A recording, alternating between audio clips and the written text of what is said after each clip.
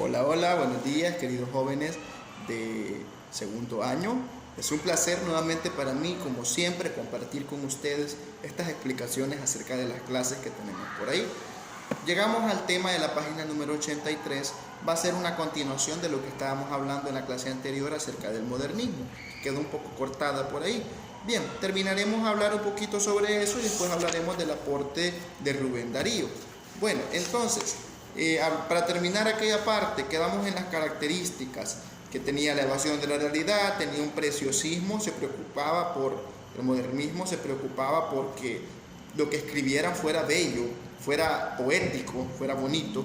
Tenían un cosmopolitismo, que eso se refiere a que los modernistas se consideraban ellos mismos como ciudadanos del mundo, que buscan la belleza la mayor parte del tiempo fuera de su contexto, sin preocuparse de los límites culturales. Las grandes ciudades como París, Madrid, Nueva York serán evocadas en la poesía y en la prosa. Y esto es muy cercano también a la siguiente característica, que es el exotismo. Y el exotismo significa de que yo amo o quiero más o me resulta más llamativo aquello que no es propio. Es decir, yo vivo en El Salvador, pero a mí me llama más la atención un ambiente como París, por ejemplo. Entonces eso manifestaban ellos. Ellos ambientaban sus obras en lugares así como los que he mencionado y buscaban que fuera exótico. Algo exótico es algo peculiar, algo que en mi país no lo tengo. Eso. Por ejemplo, allá los estadounidenses no tienen guacamayas en su país, entonces una guacamaya es algo exótico. Un estadounidense que viene aquí a El Salvador, una pupusa es algo exótico. Cuando hablamos de platillos exóticos, por ejemplo, hablamos de comidas que no se tienen en el país de origen de las personas, para que ustedes lo entiendan de una manera más ejemplificada, ¿verdad? Y había una novedad métrica, que eso ya viene conforme al tema de hoy, que es el aporte de Rubén Darío al modernismo. En la novedad métrica se usa una métrica y ritmos de la antigüedad clásica, como el verso alejandrino, que son 14 sílabas. Usted a la hora de hacer el poema debe tener 14 sílabas, esa es la cuestión. Y el eneasílabo, que son de 9 sílabas, y el dodecasílabo, de 12 sílabas. A la hora de armar el poema debía cuadrar que ese verso tuviera 14 sílabas y además de eso debía tener una rima específica. Tiene el modernismo sus etapas. Dentro de sus etapas va a ver que es un movimiento un poco breve, ¿verdad? Ya que culmina con la Primera Guerra Mundial en 1913, no dura mucho. Fíjense, surge en 1888 y termina ya en 1913. Dice que es breve.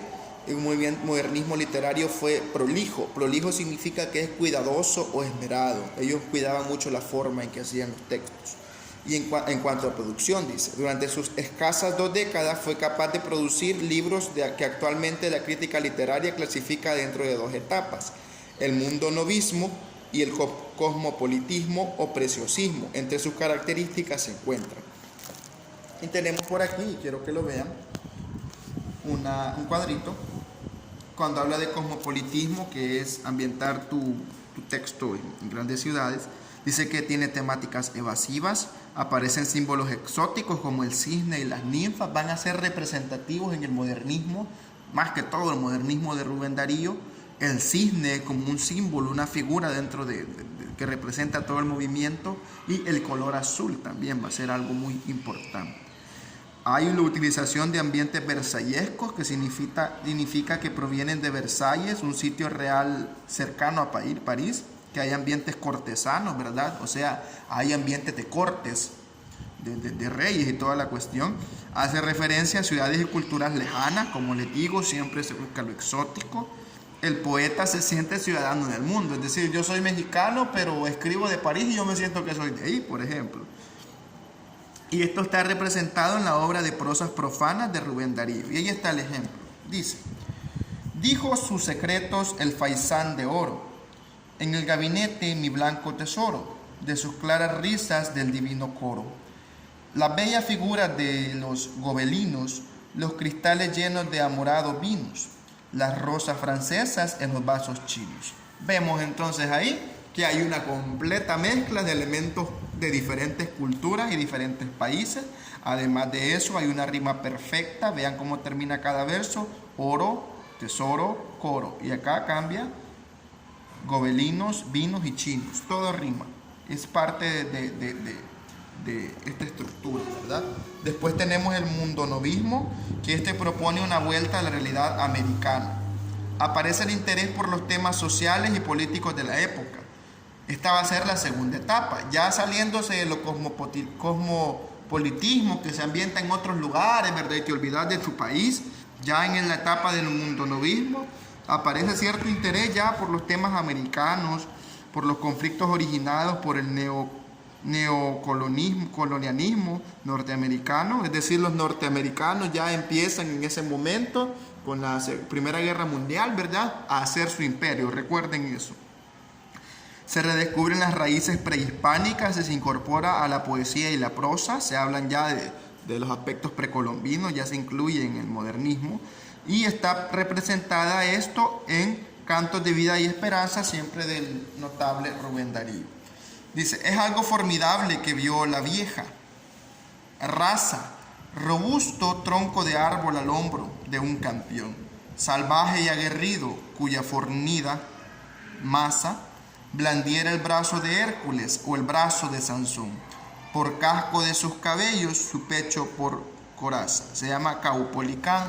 Caupolicán es un personaje real del ambiente precolombino, ¿verdad? Fue un guerrero precolombino. Y lo están comparando aquí, todavía no se sale completamente del cosmopolitismo, lo comparan, dice, con el mismo Hércules de la antigüedad clásica, o lo comparan con el mismo Sansón, ¿verdad?, del aspecto de la religiosidad cristiana. Entonces, ahí lo vemos. Bien, después pasamos de una manera rápida al aporte de Rubén Darío. Antes de eso hay que hablar quién es este señor, ¿verdad? Rubén Darío va a ser un seudónimo. Él realmente se llama Félix Rubén García Sarmiento.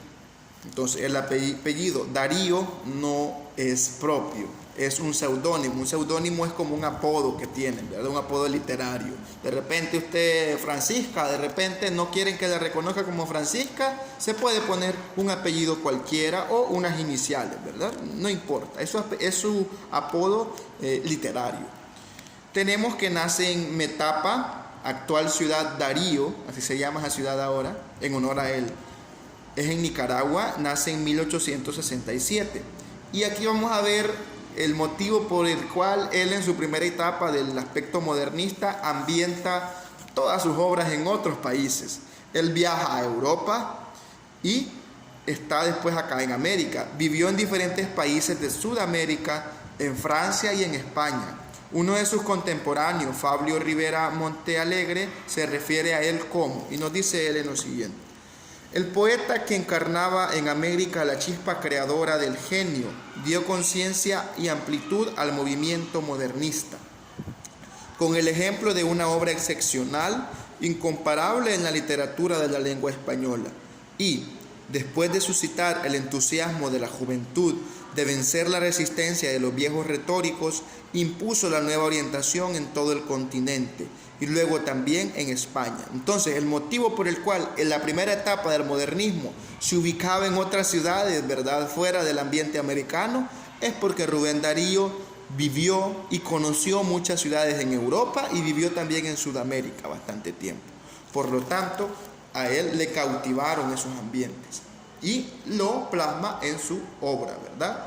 Este autor, Rubén Darío, va a ser considerado el mayor representante, el máximo, y que se cree que con él nace aquí en América. Y es el principal influenciador del modernismo europeo. Los modernistas europeos se basan en él, ¿verdad?, en lo que él trabajó. Dice que en 1882, con solo 15 años, Rubén Darío abandona su patria y viaja a El Salvador, donde traba amistad con el gran Francisco Gavidia, nuestro representante, nuestro máximo representante de la literatura salvadoreña, y migueleño con mucho orgullo, ¿verdad? Lo conoce y conoce en primer momento al presidente de la República, Rafael Saldívar, que estaba en ese momento, y lo acoge bajo su protección. Además, trabaja con el poeta, gran poeta Francisco Gavidia, quien era gran conocedor, Gavidia, de la poesía francesa, y es con él que se inspira y trabajan juntos el verso alejandrino. Lo conocen, lo trabajan y introducen al verso alejandrino francés, le introducen otras formas, y así, basándose en eso, ellos trabajan, gracias a esa idea que le dio Francisco Gavidia. Dice que en este periodo comprendido entre 1882 y 1883 es conocido como la Escuela de San Salvador. Bien, ¿qué otra cosa es importante?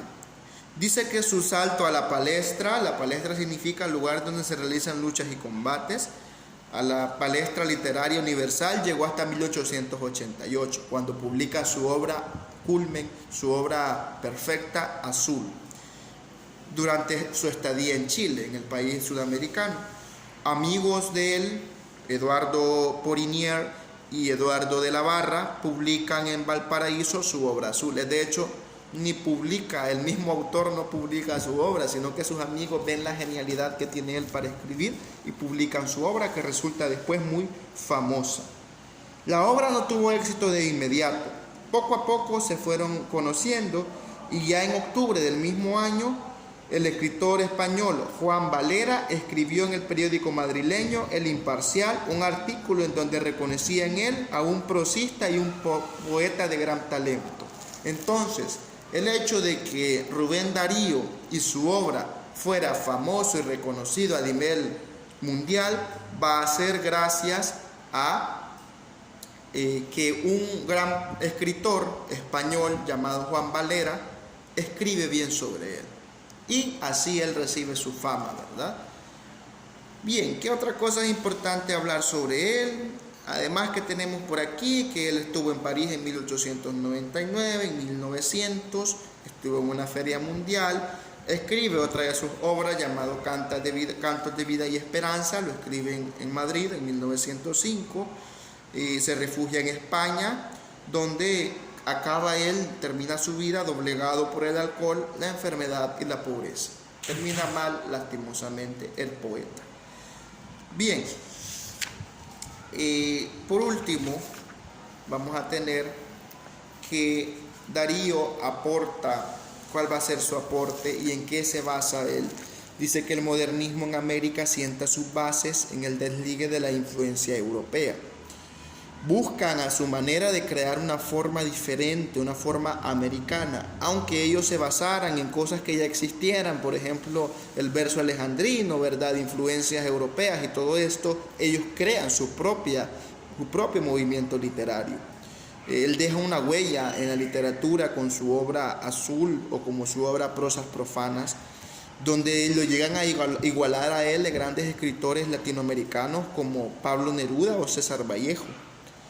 Y ellos son muy importantes también dentro de la literatura latinoamericana. Rubén Darío va a ser un poeta que tiene privilegio de ser reclamado en ambos lados del Atlántico, es decir, a él lo quieren mucho allá en España y lo consideran también un poeta latinoamericano.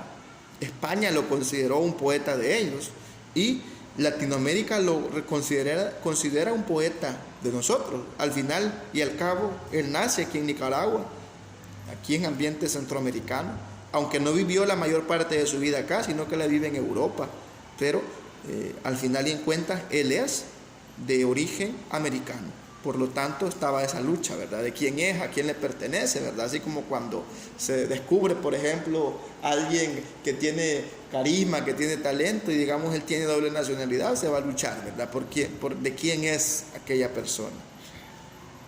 Bien, tenemos también que en su poema Caupolicán se puede apreciar los principales aportes estilísticos heredados por Darío a la poesía en lengua española. Uno de sus aportes va a ser la introducción de la cesura, que es la pausa introducida después de la séptima sílaba en el verso alejandrino. Aquí tenemos el ejemplo.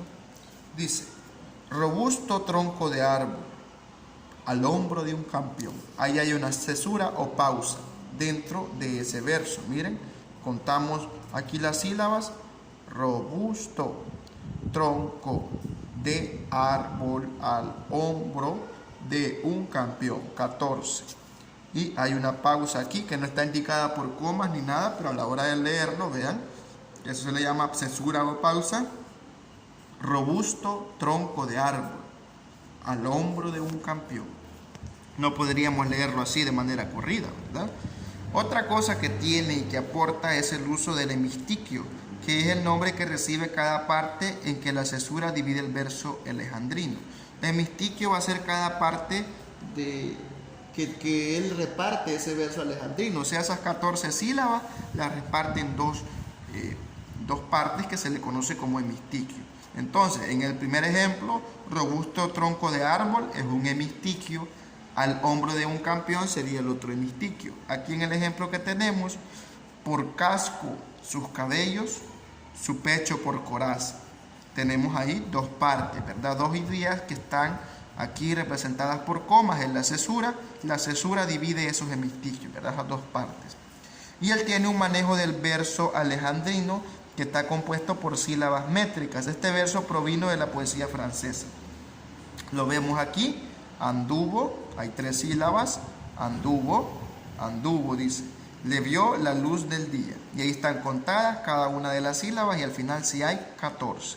Por último, jóvenes, terminando ya con este tema, tenemos por acá que en la actualidad la obra de Rubén Darío se sigue estudiando de manera muy profunda y constituye una fuerte influencia para muchas generaciones poéticas. Eso sería todo con respecto a la explicación del tema de hoy. Vamos a desarrollar, jóvenes, este cuestionario que tenemos por aquí. Vamos a copiar en nuestro cuaderno las preguntas y las vamos a resolver en el mismo cuaderno y después enviamos la evidencia a la plataforma de Claro. Recuerden siempre realizar las actividades. En su momento voy a hacer una revisión de actividades. Los compañeros aquí presenciales les voy a revisar el libro o les voy a revisar el cuaderno, ambas cosas, porque hay ciertas actividades, por ejemplo el cuestionario, que no la pueden hacer en el libro. Y a los compañeros virtuales, pues con lo que van subiendo ellos, ¿verdad? Les voy a revisar esa parte. Así que eso ha sido todo, queridos jóvenes. Gracias por la atención. Nos vamos a ver hasta la próxima oportunidad. Espero que pasen un feliz día, feliz fin de semana. Cuídense mucho y nos vamos a ver pronto. Nos vemos. Es un gusto. Bendiciones.